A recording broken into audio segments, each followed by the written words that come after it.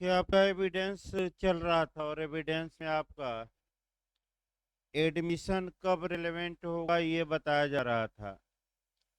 यानी कि स्वीकृतियां कब सुसंगत होंगी, यानी कि कब उन्हें साक्ष्य के रूप में प्रस्तुत किया जा सकता है। तो आपका जवाब रहेगा धारा 21 से लेकर और 23 तक में स्वीकृतियों की सुसंगत बताई गई है, यानी कि रेलेवेंसी ऑफ एडमिशन। तो कब सुसंगत होगी स्वीकृति? तो धारा 21 काफी महत्वपूर्ण है, थोड़ा कठिन भी है।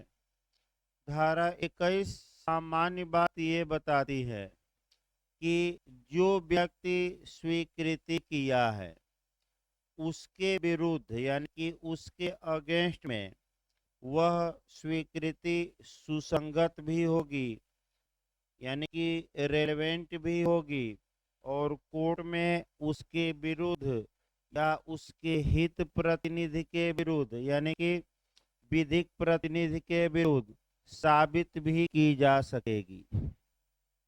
यानी कि सामान्य नियम आपका ये है कि जो व्यक्ति एडमिशन करता है वह एडमिशन उसके विरोध में आपका रेलेवेंट होगा, यानी कि सुसंगत होगा, यानी कि उचित होगा और उसके विरोध में या उसके विधिक प्रतिनिधि के विरोध में उसे साबित किया जा सकेगा।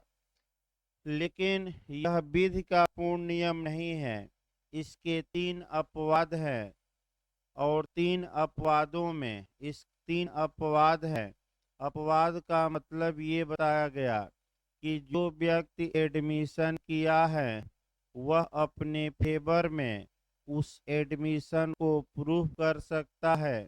बैठिए।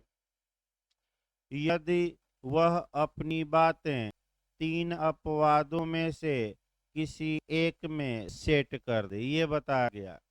तो 3 अपवाद भाई याद रखना है। पहला ये बताया गया कि अगर वह दिखा देता है कि मैं एडमिशन किया हूँ और ये एडमिशन करने के बाद अगर मैं मर जाता तो धारा 32 में जो 8 क्लाज हैं उन क्लाजों में से किसी एक में हमारा कथन रेलेवेंट हो जाता। तो एक उदाहरण आपका बताया गया था कारोबार का अनुक्रम का।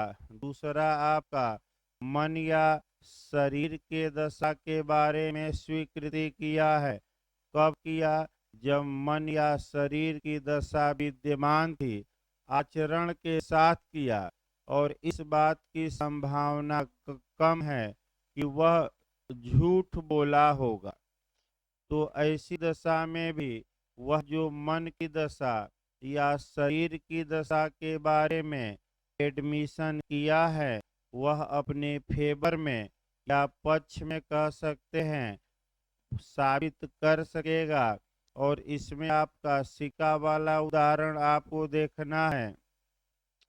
तीसरा, वह अपनी बातों को एडमिशन के रूप में प्रस्तुत ही न करे, यानी कि वह जो कथन किया है उसका कथन एडमिशन है लेकिन वह एडमिशन के रूप में प्रस्तुत न करे और किसी अन्य धारा में अपनी बातों को सेट करे तो एडमिशन से कहाँ चला जाएगा वो मामला बाहर।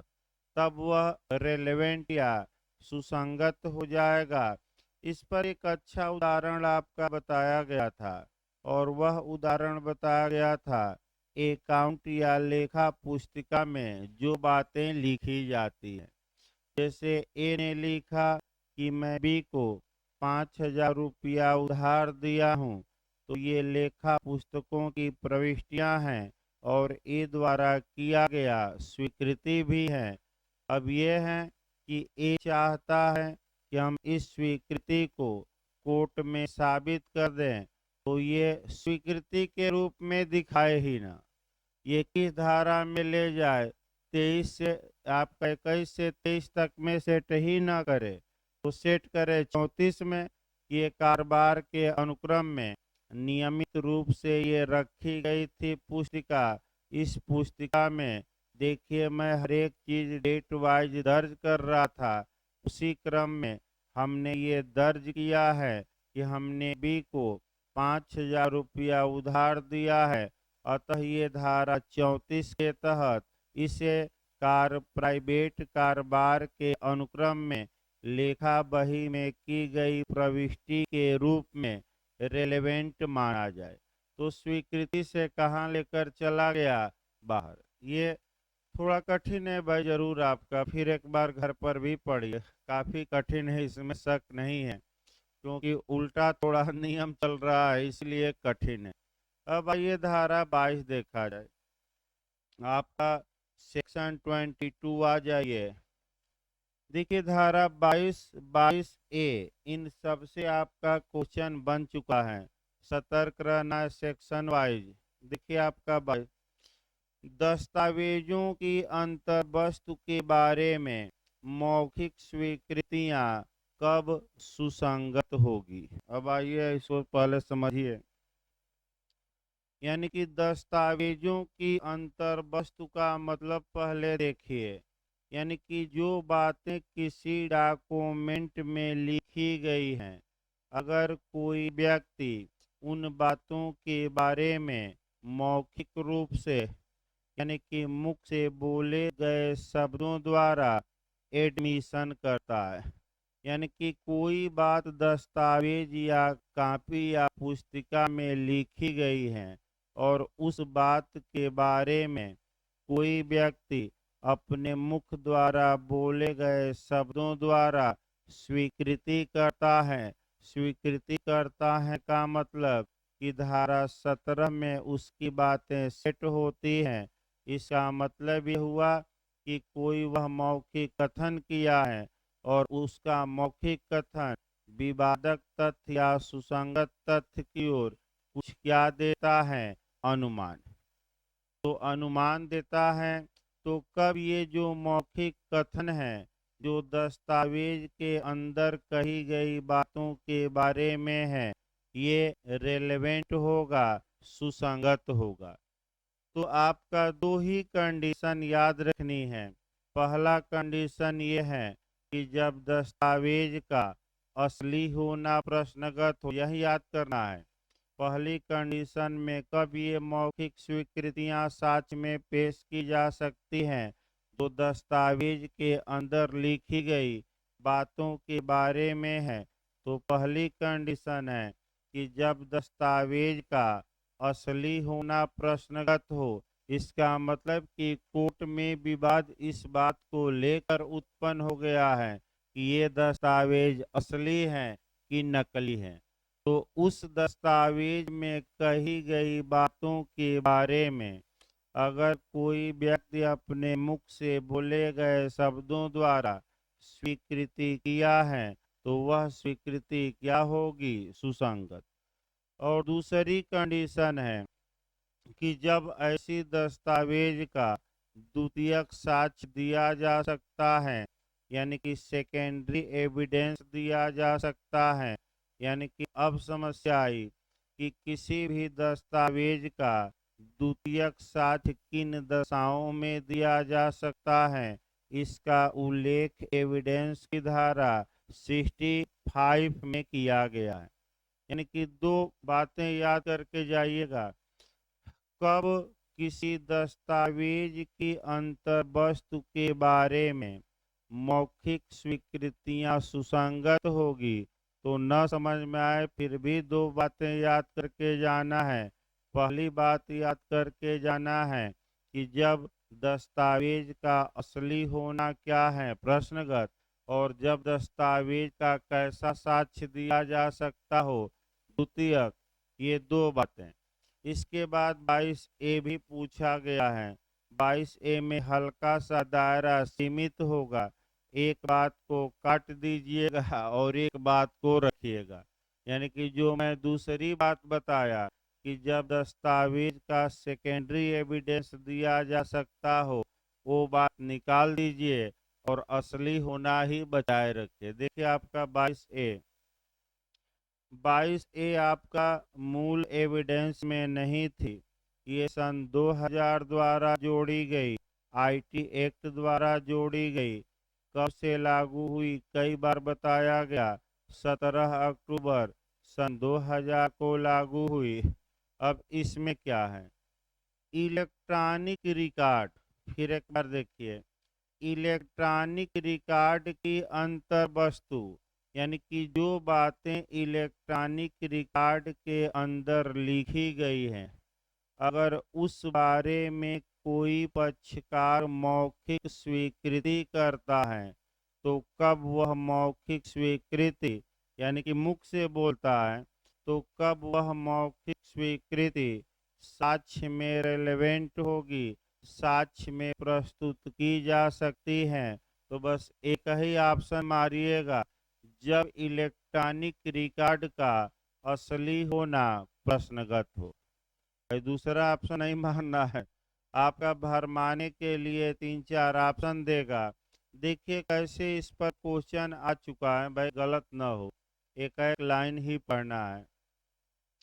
अगर इलेक्ट्रॉनिक रिकॉर्ड न दे और ये पूछे कि किसी दस्तावेज की अंतर्वस्तु मतलब कि दस्तावेज के अंदर जो बातें लिखी गई हैं, कब मौखिक स्वीकृतियां सुसंगत होगी। यानी कि अगर इलेक्ट्रॉनिक रिकॉर्ड न पूछे तो धारा 22 कवर करनी है और 2 कंडीशन बतानी है। पहला कौन सा, कि जब उस दस्तावेज का असली होना क्या हो, प्रश्नगत। और दूसरा कौन सा बताना है, कि जब पक्षकार उस दस्तावेज का कौन सा साक्ष्य दे सकते हैं, द्वितीयक। यही 2 मार्क कराएगा, उपयुक्त दोनों।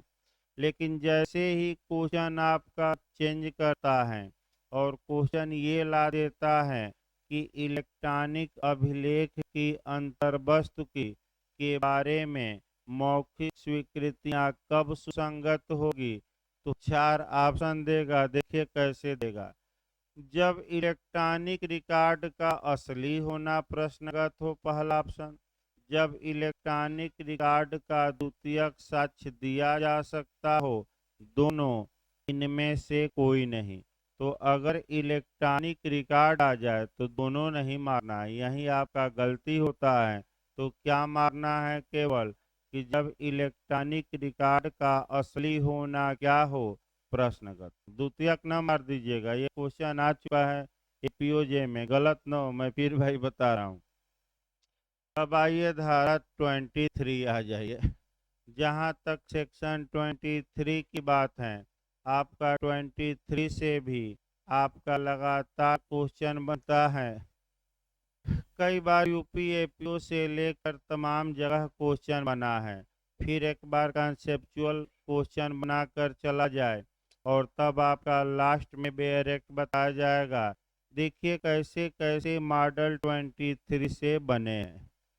देखिए आपका जो भारतीय साक्ष्य अधिनियम 1872 हम लोग पढ़ रहे हैं, अगर कोई सिविल मामला है, यानी कि नागरिक मामला है, अर्थात व्यवहारिक मामला है, अर्थात दीवानी मामला है, तो दीवानी मामलों में भी साक्ष्य अधिनियम काम करेगा।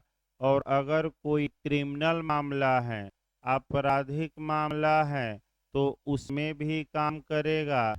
अर्थात साक्ष्य अधिनियम सिविल और आपराधिक दोनों मामलों में समान रूप से लागू होता है, ये याद रखिए। और साक्ष्य अधिनियम कैसी विधि है, मौलिक विधि है कि प्रक्रियात्मक विधि है, तो ये प्रोसीजरल लॉ है, फंड आपका सब्सटेंसिव लॉ नहीं है। ये पहला नियम याद रखे भाई, यहीं से आपको कंसेप्ट उठाना है।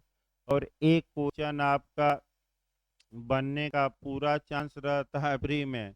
फिर एक बार देखिए, सामान्यतः साक्ष्य अधिनियम के प्रावधान सिविल और आपराधिक दोनों मामलों में समान रूप से लागू होते हैं, लेकिन तो जैसे ही लेकिन लगा, यानी कि कुछ न कुछ समस्याएं विद्यमान हो गई, लेकिन एविडेंस की कुछ धाराएं ऐसी हैं जो केवल सिविल में लागू होंगी, आपराधिक मामलों से उसका कोई मतलब नहीं है, और एविडेंस की कुछ धाराएं ऐसी हैं जो केवल आपराधिक मामलों में लागू होगी, दंडिक में लागू होगी, सिविल से उसका कोई मतलब नहीं है। तो क्वेश्चन ये बना है आपका कि एविडेंस की कौन सी धारा केवल सिविल मामलों में लागू होती है। तो 4 ऑप्शन दिया था, उसमें 23 भी दिया था, तो 23 मारना है। लेकिन केवल 23 ही सेक्शन याद नहीं करना है। अब जितनी धाराएं सिविल में लागू होती हैं सबको एक जगह एकत्र करना है। तो आपको बताया गया था कि सिविल मामलों में कौन कौन सी धारा लागू होती हैं। एक तो धारा 23 लागू होती है, फिर आपका 52 लागू होती है, फिर आपका 55 लागू होती है, फिर आपका 115, 116 और 117। यानी कि सिविल मामलों में कि आपका ये धाराएं आपराधिक में काम नहीं करेंगी, ये धाराएं केवल किस में काम करेंगी, सिविल में। तो देखिए आपका 23 कई बार एपीओ में बना है, यूपीजे में इस बार आपका 2018 वाले में आपका 115 से 117 पूछा ही गया था, और पूछा ये गया था कि विबंध का सिद्धांत लागू होता है सिविल में, आपराधिक में, दोनों में, इनमें से कोई नहीं। तो जो आपका विबंध होता है,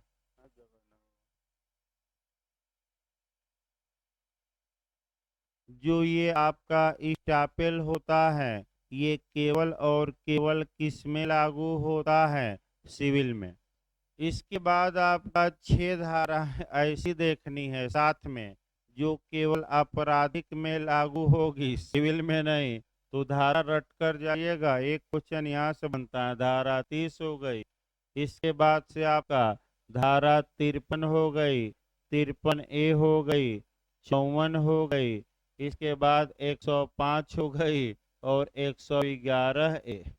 तो इस बार जो बिहार ने बनाया वह आपका धारा 105 से बनाया था, और आपका धारा 30 से भी क्वेश्चन बना था बिहार में, 30 से भी बना, आपका 105 से भी बना, और आपका 53A से यूपी एपीओ और यूपीजे दोनों में क्वेश्चन बना था। यानी कि 4-5 क्वेश्चन जो पिछली बार ही बने हैं यूपी और बिहार में, इन्हीं धाराओं से 4 क्वेश्चन बने थे। तो भाई आगे बताया जाएगा, अब थोड़ा आगे बढ़ा जाए। दूसरा क्वेश्चन आइए, आपका पहला क्वेश्चन तो ये आया आपका सिविल, बैठिए उधर, बैठाइए, पीछे बैठिए भाई, या उस हाँ बैठिए वहाँ। देखिए आपका सेक्शन 23 एविडेंस का दूसरा पहलू देखा जाए, जो दूसरा पहलू भी ज्यादा पूछा गया है। प्रतिकूल प्रभाव डाले बिना की गई स्वीकृति या विपरीत प्रभाव डाले बिना की गई स्वीकृति या विरोधी प्रभाव डाले बिना की गई स्वीकृति किस धारा में वर्णित है। इसका मतलब फिर एक बार समझिए, बहुत ये भी बना है क्वेश्चन। अगर ये देख कि प्रतिकूल प्रभाव डाले बिना की गई स्वीकृति या विरोधी पर प्रभाव डाले बिना की गई स्वीकृति या विपरीत प्रभाव डाले बिना की गई स्वीकृति किस सेक्शन में दी गई है, तो वह सेक्शन आपका 23 मारना है। इसका मतलब ये हुआ कि एक पक्षकार एडमिशन या स्वीकृति तो करता है, लेकिन उस स्वीकृति का प्रभाव उसके खिलाफ विपरीत नहीं होगा, यानी कि उसके खिलाफ उस स्वीकृति को साबित नहीं किया जा सकेगा। इसका मतलब ये हुआ, जैसे एक उदाहरण देखिए, एक उदाहरण सटीक देखिए। ए बी को 5,000 रुपया उधार दिया है, ध्यान से समझिएगा, विपरीत प्रभाव डाले बिना। ए बी को 5,000 रुपया उधार दिया है और ए एक लेटर लिखता है बी को कि हे बी, अगर तुम 3,000 रुपया दे दो तो मैं 5,000 रुपया मान लूंगा कि मिल गया और 2,000 रुपया मैं अपना अधिकार त्याग दूंगा, छोड़ दूंगा। अब ध्यान में आपको ये रखना है कि अगर धारा 23 नहीं रहती तो क्या होता। तो ए का जो लेटर था ए के ही सिर पर फूटता, यानी कि आपका ए का लेटर ए के विरुद्ध ही बी साक्ष्य में प्रयोग कर देता और ये कहता कि हजूर देखिए, ए ने इस बात को एक्सेप्ट कर लिया है कि मैं 3,000 ही मांग रहा हूँ, अतः मैं 5,000 न देकर केवल कितना दूंगा, 3,000।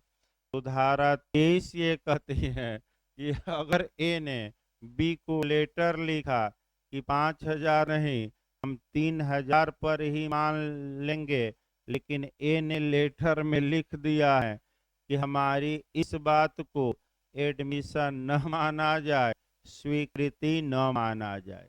तो धारा 23 ये कहती है कि जब ए ने लिख दिया कि हमारी इस बात को स्वीकृति न माना जाए, तो ए का जो लेटर में बातें हैं कि हम 3,000 में मान जाएंगे, क्या ये स्वीकृति के रूप में प्रस्तुत किया जा सकता है कि नहीं? नहीं किया जा सकता।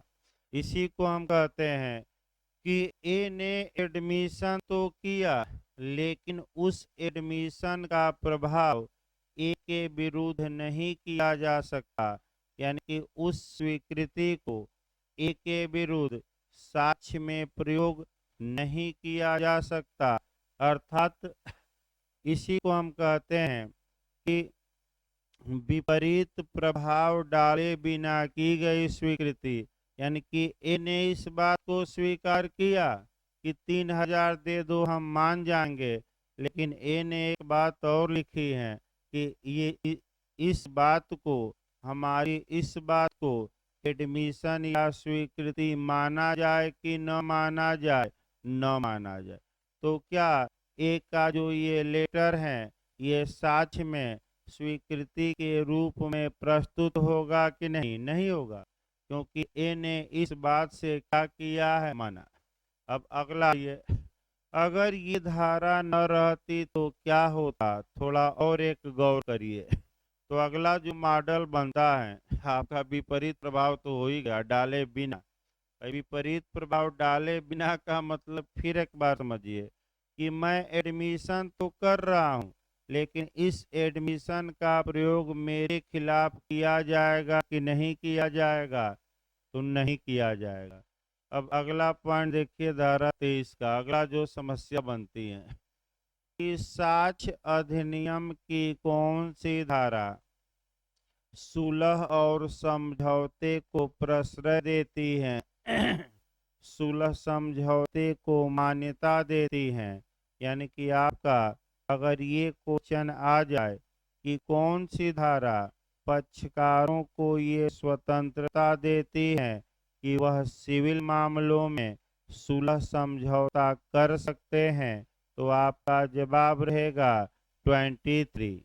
अब क्यों मान्यता देती है, इस बात पर गौर करना है। अर्थात धारा 23 ये बताती है कि जो पक्षकार हैं वह आपस में अपनी बातों को खुलकर प्रस्तुत करें और जो बातें वे बताए हैं या कहे हैं उन्हें एडमिशन के रूप में साक्ष्य में प्रस्तुत नहीं किया जाएगा।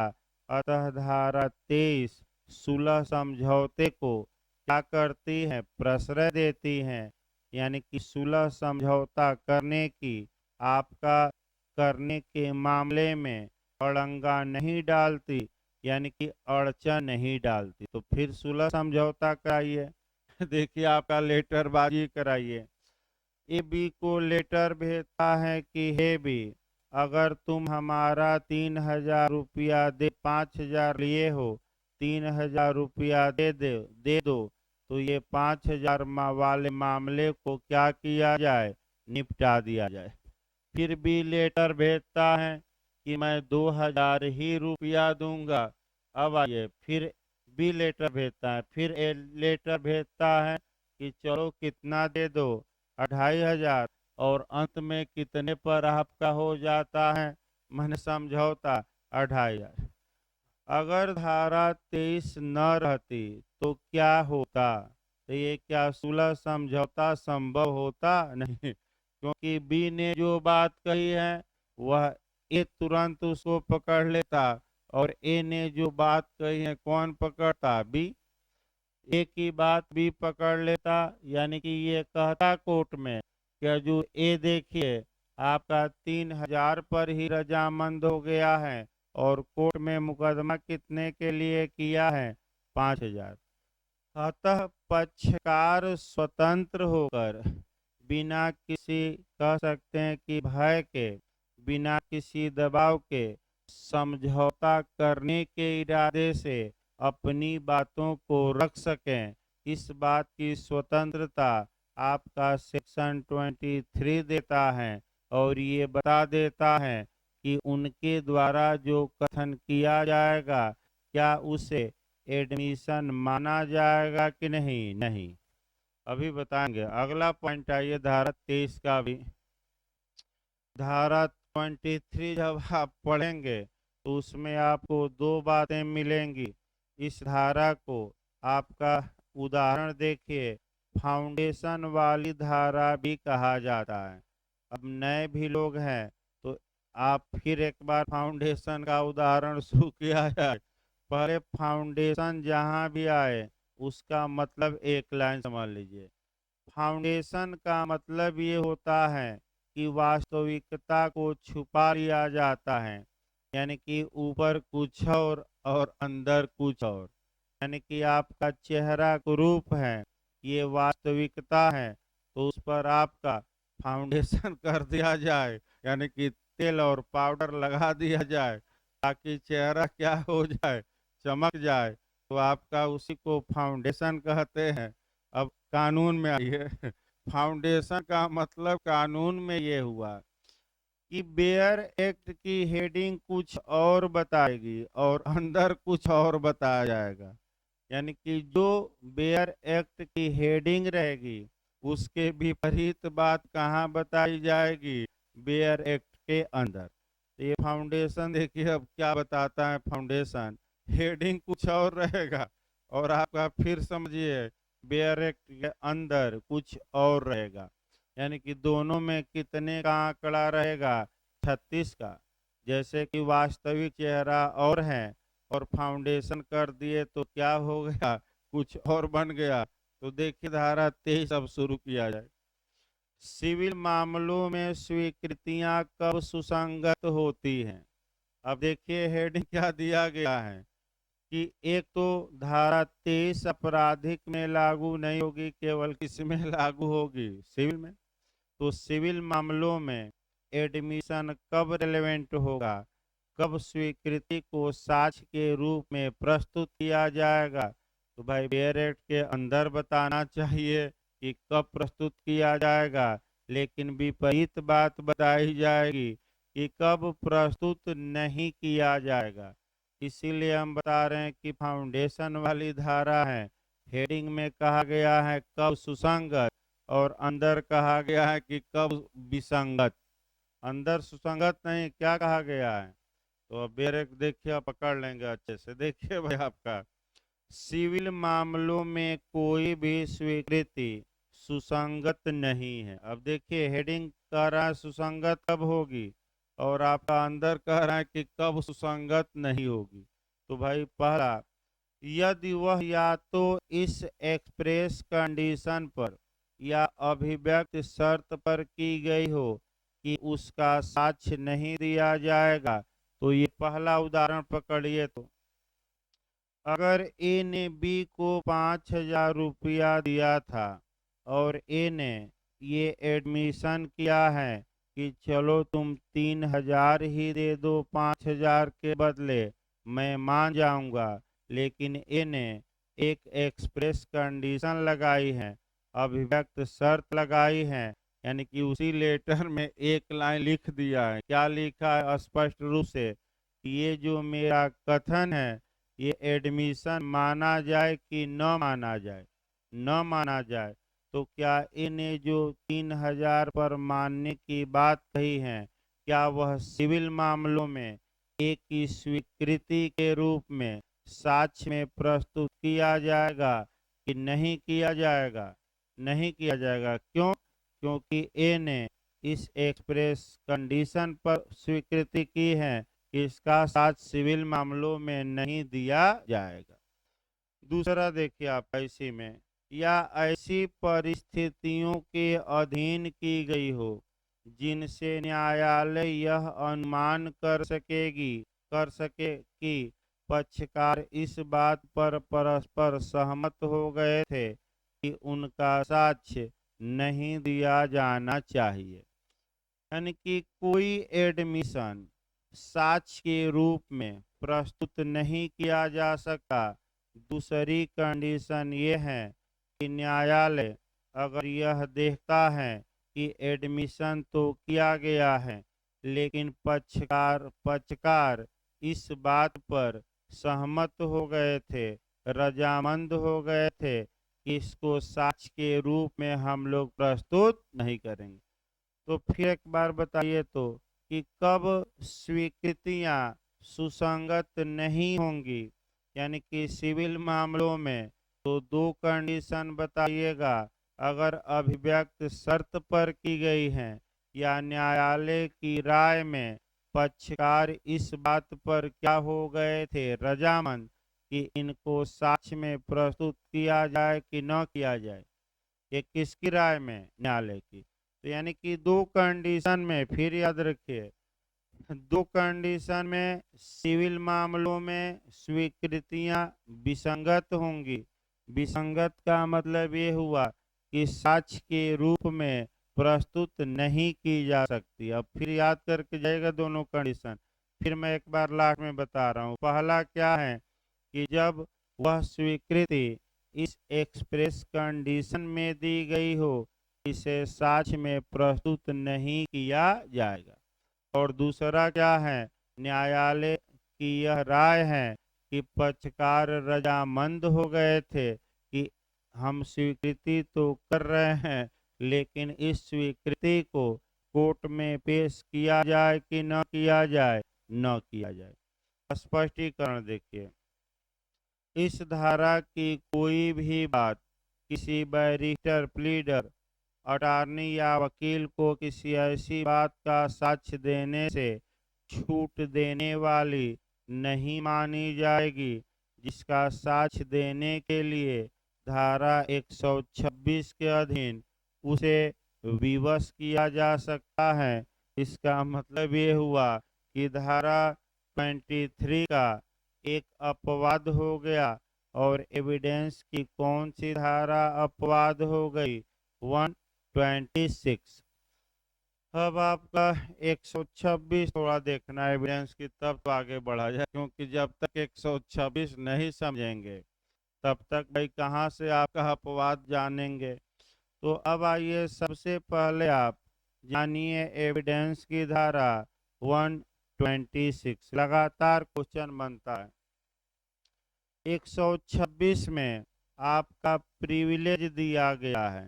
प्रिविलेज यानी कि विशेषाधिकार, यानी कि जो क्लाइंट की बातें हैं या जो आपका कह सकते हैं कि जो मुवक्किल की बातें हैं, जो कक्षकार की बातें हैं, उन बातों को प्रकट करने से रोका गया है।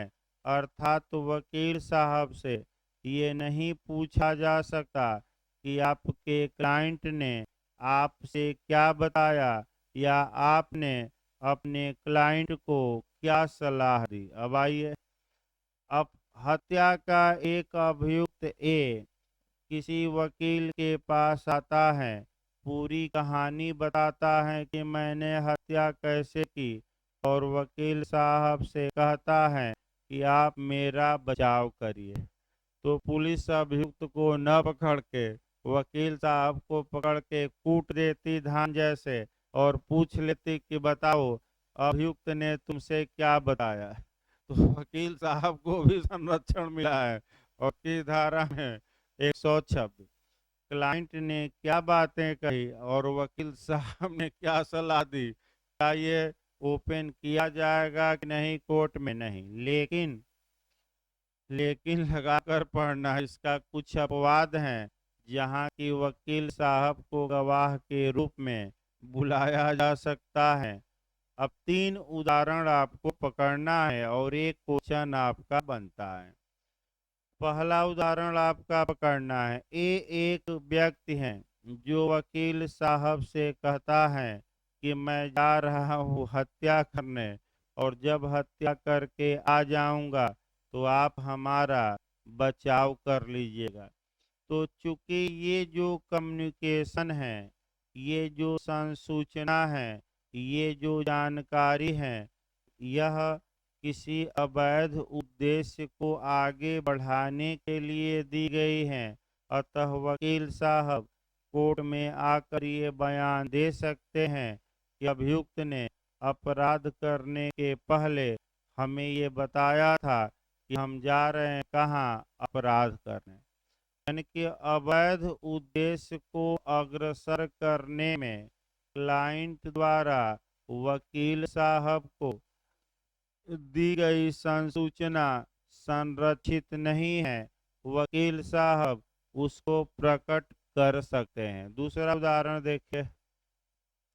ये एक वकील साहब के पास आता है और कहता है कि मैं जा रहा हूँ फर्जी वसीयत बनवाने, और जब वसीयत बनवा कर नकली आ जाऊंगा तो आप हमारा क्या करिएगा? मुकदमा लड़िएगा। तो बताइए, अवैध उद्देश्य को, इलीगल पर्पज को आगे बढ़ाने के लिए सूचना दी गई है कि नहीं दी गई है। अतः यह सूचना प्रकटन से, ओपन करने से संरक्षित नहीं है, और वकील साहब कोर्ट में बता सकते हैं कि हमारे क्लाइंट ने तो ये बात क्या कही थी, हमसे कही थी। दूसरा कंडीशन आइए। दूसरी कंडीशन ये हो सकती है कि अपराध करने के बाद आता है, और अपराध करने के बाद अभियुक्त आता है, वकील साहब को पूरी कहानी बताता है और कहता है कि आप हमारा बचाव करिए। ये संसूचना पूर्ण रूप से संरक्षित है। यानी कि वकील साहब से अब ऐसे मामलों में नहीं पूछा जा सकता कि अभियुक्त ने आपसे क्या कहा, ये नहीं पूछा जा सकता।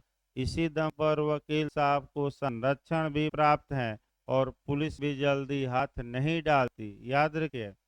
तीसरा, अब तीसरा, अगर क्लाइंट ने नियोजन के बाद, यानी कि अपना वकील किसी व्यक्ति को रखने के बाद कपट कर दिया या उसके बाद कोई अपराध किया, तो देखिए, ये एक क्लाइंट था, वकील साहब के पास आया, वकील साहब ने कागज पढ़ा, देखा कि एबी को 5,000 रुपया उधार दिया है, और फिर बाद में पता लगता है कुछ दिनों बाद कागज लेकर आया कि ये 5,000 रुपया तो 50,000 बना दिया है हमारे क्लाइंट ने। यानी कि हमसे एक कदम क्या निकला? आगे। यानी कि गुरु गुड़ रह गए और चला 5,000 को कितना बना दिया। तो बताइए, ये नियोजन के बाद आपका कपट कर लिया गया या कोई अपराध क्लाइंट ने किया है, तो वकील साहब उस बारे में साक्ष्य दे सकते हैं। यहाँ वकील साहब को विशेषाधिकार नहीं है। यानी कि वकील साहब कह सकते हैं कि जब आया था तो 5,000 और अब आया है तो कितने हजार बना दिया है, अतः यह फ्रॉड किया है। यानी कि अतः यह क्या किया है? कपट कर दिया। तो ये आपका 126 है। 126 यानी कि धारा 23 का 126 अपवाद है। यानी कि धारा 23 का जो नियम है, वह जो ये 126 का नियम बताया गया, क्या इस पर कोई बुरा प्रभाव डालेगी कि नहीं डालेगी? नहीं डालेगी। इस प्रकार धारा 23 भी आपका समाप्त हुआ। अब अगला पॉइंट आपका चलना है कि एडमिशन का इफेक्ट क्या होता है, यानी कि आपका स्वीकृति का प्रभाव हमें देखना है। जब भी स्वीकृति का प्रभाव पढ़िएगा, इफेक्ट पढ़िएगा, तो आपका सेक्शन 31 में स्वीकृति का प्रभाव दिया गया है। यानी कि पहले आपका एक स्वीकृति कराया जाए और तब आपका उसका प्रभाव देखा जाए। ध्यान से अब देखिए स्वीकृति। मान लीजिए ये एक व्यक्ति है और आपका अपनी ए एक व्यक्ति है और बी को एक लेटर लिखता है। उसमें अभिव्यक्त शर्त न लगाइएगा, क्योंकि अभिव्यक्त शर्त लगेगा तो धारा 23 से बाढ़ हो जाएगा। बी को लेटर लिखता है कि हे बी, मैं 5,000 रुपया तुमको दिया था और यदि तुम कितना रुपया दे दो, 3,000 वापस कर दो तो मैं एडजस्ट कर लूँगा, 5,000 रुपया नहीं मांगूंगा। और ये अभिव्यक्त शर्त ए ने नहीं लगाई है कि इस कथन को स्वीकृति न माना जाए, क्योंकि लगाना पड़ेगा, लिखना पड़ेगा ना नीचे कि हमारा ये कथन है, एडमिशन है, लेकिन इसे एडमिशन न माना जाए। और ए ने लूप कर दिया है। अब आइए, अर्थात ए इस बात को एक्सेप्ट कर लिया है कि हम 3,000 पर ही क्या होंगे, मान जाएंगे। अब ये जो एक की स्वीकृति है, इसका प्रभाव क्या होगा, इसका आपका इफेक्ट क्या होगा। तो स्वीकृति का प्रभाव सेक्शन भी याद रखिएगा कि धारा में दिया गया है, धारा 31 में दिया गया है। तो क्या बताया गया है, दो ही बातें बताई गई हैं। देखिए क्या क्या बताया गया है। जो एडमिशन होता है वह कंक्लूसिव प्रूफ नहीं होता, अकाट्य तर्क नहीं होता, निश्चायक सबूत नहीं होता, या निर्विवाद प्रमाण नहीं होता। यानी कि स्वीकृतियां क्या निश्चायक सबूत होती हैं कि नहीं, तो आपका क्या जवाब रहेगा, नहीं होती। लेकिन एतस्मिन् पश्चात अंतर्विष्ट उपबंधों के अधीन रहते हुए किस रूप में प्रभावी होंगी, किस रूप में लागू होंगी, किस रूप में प्रवर्तित होंगी, तो स्पष्ट कानून कहता है किस रूप में, विबंध के रूप में, स्टापेल के रूप में। तो अब फिर एक बार क्वेश्चन यहाँ बनाइए, तब दोनों को समझा जाए। स्वीकृति का प्रभाव होता है, निश्चायक सबूत होती हैं, विबंध पैदा करती हैं, दोनों इनमें से कोई नहीं। तो बताइए क्या बताया गया, निश्चायक सबूत होती हैं कि विबंध पैदा करती हैं, विबंध पैदा।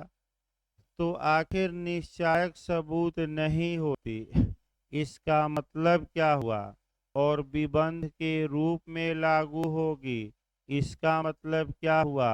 अब दोनों बातें अलग अलग पढ़ना है और एक टेक्निकल क्वेश्चन ये भी पढ़ना है कि कब स्वीकृति निश्चायक हो जाती है, वो कंडीशन भी हम बताएंगे कि कब स्वीकृति निश्चायक सबूत के रूप में कन्वर्ट हो जाएगी स्टापेल से। तो फिर एक बार आप अच्छे से इसको देखिए, थोड़ा टेक्निकल जरूर है क्योंकि तमाम धाराएं यहाँ कोरिलेट होंगी। प्री के लिए बस इतना ही पर्याप्त है कि स्वीकृति का प्रभाव क्या होता है, तो रट कर जाइए स्टापेल स्टापेल स्टापेल, यानी कि विबंध निश्चायक नहीं। लेकिन समझने के लिए ये पूरा दोनों क्या करना पड़ेगा, समझना पड़ेगा। पहला शब्द देखिए, दो शब्दों का मेल है इसमें। स्वीकृतियां कंक्लूसिव प्रूफ नहीं होती, इसका मतलब पहले जानिए। अर्थात अब सबसे पहले निश्चायक सबूत आपको देखना है। कंक्लूसिव प्रूफ की परिभाषा एविडेंस की धारा 4 में दी गई है, यानी कि किस सेक्शन में दी गई है, 4 में। और निश्चायक सबूत का मतलब कि एक बार जब न्यायालय किसी तथ्य का अनुमान कर लेता है तो उस अनुमान को रद्द करने खंडित करने या उस अनुमान को गलत साबित करने का मौका नहीं देता। यानी कि जहाँ एक तथ्य दूसरे तथ्य का निश्चायक सबूत घोषित किया गया है, वहाँ न्यायालय एक तथ्य के साबित हो जाने पर दूसरे तथ्य को साबित मानेगा और ना साबित करने का मौका, डिस्प्रूव करने का मौका देगा कि नहीं? नहीं देगा। पिछली बार का क्वेश्चन आइए, भारतीय साक्ष्य अधिनियम की किन धाराओं में निश्चायक सबूत बताया गया है, दिया गया है? पिछली बार 2018 का एक क्वेश्चन है, तो 3 धाराओं में दिया गया है, एक 141, 112 और 113। भाई और न मार दीजिएगा, बेयर एक्ट में थोड़ा उल्टा सीधा भी कई चीजें लिखी हैं। कहीं कहीं बेयर एक्ट में 79 लिखा है तो कहीं 80 लिखा है, तो आप फिर हम बता रहे हैं सतर्क रहिए, बेयर एक्ट में वो व्याख्या देख लीजिएगा। साक्ष्य अधिनियम के केवल 3 सेक्शनों में ही क्या घोषित किया गया है? कंक्लूसिव प्रूफ या अकाट्य तर्क या निर्विवाद प्रमाण। तो इन धाराओं को तो पढ़ाया ही जाएगा। आपको एक अलग धारा हम जाकर देखते हैं, और वह आईपीसी की धारा 82 का एक उदाहरण देखते हैं। 82 देखिए भाई, 82 कहती क्या, अलग जाकर एक उदाहरण देखिए तब एविडेंस में आते हैं। 1 मिनट अलग से उदाहरण देखिए। सेक्शन 82 में भी पिछली बार यूपी एपीओ में क्वेश्चन ये बना था कि डोली इन कैपेक्स या अक्षम गुड़िया का सिद्धांत किस धारा में आईपीसी के समाहित है? तो 82 में। कितने साल से कम के बच्चे को अक्षम गुड़िया माना जाएगा? जो 7 साल से क्या हो, कम। अर्थात कोई बात अपराध नहीं है जो ऐसे शिष्य द्वारा की जाए जिसकी एज अपराध करते समय 7 वर्ष से क्या हो, कम हो। तब आइए इसमें निश्चय सबूत कैसे आया ये देखिए। अगर बच्चे के वकील साहब ने कोर्ट में एक बात ये साबित कर दी कि हजूर जिस दिन बच्चा अपराध किया था वह 7 वर्ष से कम था, तो न्यायालय इस आधार पर दूसरी बात का अनुमान लगाएगा और वह अनुमान अकाट्य होगा, निर्विवाद होगा, निश्चायक होगा, अकाट्य प्रमाण होगा। तो क्या निश्चायक अनुमान लगाएगा कि यह बच्चा अपराध करने में सक्षम है कि अक्षम? अक्षम, सक्षम नहीं है। और क्या जब ये अनुमान न्यायालय एक बार लगा लिया कि बच्चा अपराध करने में अब अक्षम है, तो क्या इस अनुमान को का विरोध किया जा सकता है कि नहीं? इस अनुमान का खंडन किया जा सकता है कि नहीं? इस अनुमान को गलत साबित किया जा सकता है कि नहीं? नहीं, क्योंकि ये क्या है? अनुमान, निश्चायक सबूत। अब स्वीकृति पर थोड़ा सतर्क रहेगा। क्या स्वीकृतियां निश्चायक सबूत हैं? नहीं। इसका मतलब क्या हुआ ये समझिए। इसका मतलब ये हुआ कि अगर किसी व्यक्ति ने स्वीकृति किया है तो वह इसे काट सकता है, इसका खंडन कर सकता है, अर्थात कह सकता है कि स्वीकृति धोखे से करा ली गई, या ये कह सकता है कि अनजाने में मैं कह दिया, या ये कह सकता है कि हमसे जबरदस्ती स्वीकृति करवा ली गई, या ये कह सकता है कि धमका कर करवा ली गई, ये कह सकता है कि भूल से हमने कर दिया, या हमने तो स्वीकृति किया ही नहीं, 2 बूंद पिला दिया गया और कागज पर साइन क्या किया गया। अब क्या लिखा था मैं देख ही नहीं पाया, क्योंकि उस समय मैं नशे में क्या था, दूर था। कितना बूंद लिया था? 2 बूंद ही लिया था, और स्वेच्छा से न लेकर ये मित्रों ने क्या किया, जबरदस्ती दे दिया। तो स्वैच्छिक मतदाता की धारा में 86 में और अनैच्छिक मतदाता इच्छा के विरुद्ध 85, तो अनैच्छिक आ जाए तो 85 आईपीसी, और स्वैच्छिक आए तो 86। खूब पूछा जाता है, गलत ना हो। पहले जबरदस्ती, उसके बाद स्वेच्छा से, याद रखिएगा। फिर एक बार देखिए, अर्थात इसका मतलब ये हुआ, ये निश्चायक में लास्ट लाइन, कि अगर किसी पक्षकार ने स्वीकृति की है तो उस स्वीकृति को रद्द वह करवा सकता है कि धोखे से करा ली गई, तो मारपीट कर करा ली गई, तो अनिच्छा से करा ली गई, क्योंकि स्वीकृतियां अकाट्य तर्क नहीं है, निश्चायक सबूत नहीं है। तो जब निश्चायक सबूत नहीं है तो इसको गलत साबित किया जा सकता है कि नहीं, अर्थात स्वीकृतियों को खंडित किया जा सकता है कि नहीं, किया जा सकता है, इसमें कोई दिक्कत नहीं है। लेकिन अब दूसरा पॉइंट आइए, अगर न्यायालय में एक बार स्वीकृति साबित कर दी गई और खंडित नहीं हो पाई, यानी कि स्वीकृति गलत साबित नहीं हो पाई और एक बार न्यायालय में वह पूरी तरह क्या कर दी गई है, साबित, तो अब ये जो स्वीकृति है यह किस में कन्वर्ट हो जाएगी, इसका प्रभाव क्या होगा, स्टापेल। अब स्टापेल होता क्या है, स्टापेल का मतलब ये हुआ कि जो व्यक्ति स्वीकृति किया है, अब उस स्वीकृति से मुकरने से उसे रोक दिया जाएगा, पलटने से रोक दिया जाएगा, अर्थात विपरीत बात कहने से उसे क्या किया जाएगा, रोक दिया जाएगा। आइए उदाहरण को लेकर चलिए। ए ने कहा कि चलो हम 3000 ही दे देना, हम मान जाएंगे, तो भी तुरंत इसको पकड़ेगा और कहेगा कि हजूर देखिए, ए ने इस बात को एक्सेप्ट कर लिया है कि हमें 3000 ही दे दो, और कोर्ट में आया है 5000 मांगने।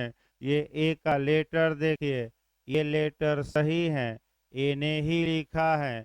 अगर ए इस लेटर को गलत साबित नहीं कर पाता तो भी ए के खिलाफ इस लेटर में कही गई बातों को साक्ष्य में अगर साबित कर देता है तो ये स्वीकृति साबित हो गई, खंडित हुई नहीं। तो जो ए का कथन है अब किस रूप में पर प्रवर्तित होगा, विबंध। विबंध का मतलब ये होगा कि अब ए को पलटने से क्या किया जाएगा, रोका जाएगा। 5000 न मांगो, जब तुम स्वीकार कर लिए तो कितना मांगो, 3000। इसलिए ए को लिख देना चाहिए कि मैं 3000 पर रजामंद तो हो जाऊंगा, लेकिन ये बात स्वीकृति मानी जाए कि न मानी जाए, न मानी जाए। अभी धारा 23 बताया गया कि स्पष्ट वो क्या करे, लेटर में लिखे। तो जब एक बार स्वीकृति विबंध का रूप ले लेती है तो वह अकाट्य अब हो जाती है, अब काटा नहीं जा सकता। और जैसे ही वह विबंध का रूप ले ले, अर्थात मुकरने से किसी पक्षकार को क्या कर दे, रोक दे, जब इस कंडीशन में एडमिशन पहुंच जाता है तब वह निश्चायक सबूत हो जाता है, इसमें कोई शक नहीं है। यानी कि अंततोगत्वा आपका जो स्वीकृति होगी वह निश्चायक सबूत हो सकती है, लेकिन कब हो सकती है, कि जब वह किस रूप में आ जाए, स्टापेल के, और स्टापेल के रूप में ऐसे आ जाए कि अब दूसरे पक्षकार को मुकरने से क्या करती हो, रोक देती हो। तो कब रोक देगी दूसरे पक्षकार को मुकरने की, तो आपका इसके लिए आपका स्टापेल हम बताए तो स्टापेल के बारे में विस्तृत प्रावधान आपका किया गया है, और धारा 115 में, धारा 116 में, और किसमें, धारा 117। इस प्रकार आपका माने स्वीकृति का प्रभाव भी समाप्त हो गया। अब आगे ये स्वीकृतियां दो प्रकार की होती हैं, एक आपका न्यायिक स्वीकृति और एक गैर न्यायिक, एक जुडिशियल और एक एक्स्ट्रा जुडिशियल। तो न्यायिक स्वीकृतियां कहाँ दी गई हैं, 58 में, और 58 से बाहर जो स्वीकृति जाएगी वह क्या होगी? गैर न्यायिक। अब आइए आगे शुरू किया जाए। भाई इस प्रकार स्वीकृति का ये आप मैंने समाप्त हुआ लगभग 58 आगे बताया जाएगा। अब आगे आइए कन्फेशन देखा जाए, यानी कि 24 से लेकर अब 30 तक चलना है। पहले भूमिका देखिए, उसके बाद से आपका और बातें कल से शुरू की जाएगी। आपका पहले इसकी भूमिका देखिए, काफ़ी अच्छे अच्छे क्वेश्चन बनते हैं। मेंस और प्री और इंटरव्यू हमेशा बनते रहते हैं। तमाम धाराएं कोरिलेट भी होंगी और तमाम जगह से इसको जोड़ना है। देखिए जो ये कन्फेशन, कन्फेशन का मतलब हुआ संस्वीकृति। संस्वीकृति का मतलब हुआ, यानी कि कन्फेशन शब्द, आप कन्फेशन का मतलब संस्वीकृति। अब पहला क्वेश्चन आया कि कन्फेशन या संस्वीकृति क्या है और ये किस धारा में परिभाषित की गई है। तो संस्वीकृति को किसी भी धारा में परिभाषित नहीं किया गया है, यानी कि एविडेंस में इसे परिभाषित, आजकल ऐसा क्वेश्चन एक बन रहा है। आपका एपीओ में भी बना था क्वेश्चन, क्वेश्चन आपका ये बना था, एपीओ में भी बना भाई क्वेश्चन, क्वेश्चन आपका ये बना था सीआरपीसी में कि कांग्निजेंस को या संज्ञान को कहाँ परिभाषित किया गया है, तो कहीं नहीं किया गया। तो जिन जिन शब्दों की परिभाषा नहीं दी गई है अब वो भी तैयार करना पड़ेगा। तो एक एक शब्द देखिए, पहले ट्रायल, क्या सीआरपीसी में विचारण कहीं परिभाषित है कि नहीं? नहीं। क्या समन परिभाषित है कि नहीं? नहीं। समन मामला परिभाषित है, याद रखिए, समन नहीं। क्या वारंट परिभाषित है कि नहीं? वारंट मामला परिभाषित है लेकिन वारंट नहीं। क्या जमानत परिभाषित है कि नहीं? नहीं। विचारण परिभाषित है कि नहीं? नहीं परिभाषित है। आपका कह सकते हैं कि ये सब जो मैं बताया इसकी परिभाषा कहीं दी नहीं गई है। तो अब फिर एक बार देखिए, आपका सेम उसी प्रकार कन्फेशन को कहाँ परिभाषित किया गया है, तो आपका जवाब रहेगा इनमें से कोई नहीं। आखिर क्यों? देखिए जो धारा 17 से लेकर और 31 तक के प्रावधान हैं, यह एक ही ग्रुप में रखे गए हैं और हमें माने जो स्टीफेन का इरादा होगा, यानी कि जिस व्यक्ति ने साक्ष्य अधिनियम का ड्राफ्ट तैयार किया, जेम्स फिट्जजेम्स स्टीफेन, उन्होंने क्यों नहीं संस्वीकृति को परिभाषित कर दिया जिस प्रकार धारा 17 में स्वीकृति को परिभाषित किया गया, तो कन्फेशन को भी परिभाषित कर देते। लेकिन इसलिए परिभाषित नहीं किए कि उनका इरादा ये था कि स्वीकृति का ही कुछ परिवर्तित रूप करके किसमें कन्वर्ट कर दिया जाएगा, संस्वीकृति में। तो स्टीफेन ने अपने आपका एविडेंस की किताब में जो उन्होंने लिखी अलग, उसमें संस्वीकृति को परिभाषित किया और धारा 17 में दी गई स्वीकृति के आधार पर ही परिभाषित किया। तो तुरंत धारा 17 पॉइंट पकड़ना है और तब आपका, यानी कि अब फिर एक बार बैक हो जाए तो परिभाषा अलग बताई जाएगी। आपका संस्वीकृति का मतलब ये होता है कि जब किसी अपराध का अभियुक्त व्यक्ति स्वयं द्वारा किए गए अपराध को स्वीकार कर लेता है, अर्थात ये एक अपराध का अभियुक्त है और ये इस बात को एक्सेप्ट कर लेता है कि यह अपराध मैंने ही किया, तो वह वास्तव में एडमिशन है, स्वीकृति है। लेकिन अब इस स्वीकृति को एक स्पेशल नाम दे दिया जाएगा यानी कि यही स्वीकृति किसमें कन्वर्ट हो गई, संस्वीकृति।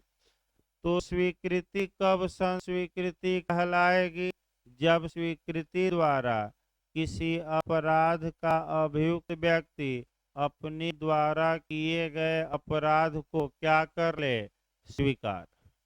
फिर याद रखिए, अब स्वीकार कहाँ कहाँ कर सकता है, ये भी आपको सतर्क रखना है। तो स्वीकार एविडेंस की धारा 24 में प्राधिकारवान व्यक्ति के समक्ष कर सकता है, 25 में पुलिस के समक्ष, 26 में पुलिस अभिरक्षा में होते हुए किसी अन्य के समक्ष, 26 में ही पुलिस अभिरक्षा में होते हुए मजिस्ट्रेट के समक्ष, फिर 27, 28, 29 और 30 आपका बता जाएगा। अब यहाँ जो खूब क्वेश्चन बनता है कि स्वयं से संस्वीकृति या मत व्यक्ति द्वारा की गई संस्वीकृति, तमाम चीजें आएंगी। धारा 30 भी पूछी जाती हैं, आपका को एक्यूड यानी कि सह अभियुक्त द्वारा की गई संस्कृति, अभी बिहार में पूछा भी गया था। तो तमाम आपका कह सकते हैं कि बताया जाएगा। तो मॉडल एक बता दिया जाए लास्ट में, जो कल से चलेगा। सबसे पहले कन्फेशन की परिभाषा देखनी है, इसमें 4-5 केस याद करना पड़ेगा। पीएन स्वामी का केस, और उसके बाद 3-4 केस याद करना पड़ेगा और आपका याद करना पड़ेगा। इसके बाद आपका जो पढ़ना है, संस्वीकृति के प्रकार, यानी कि कन्फेशन कितने प्रकार के होते हैं।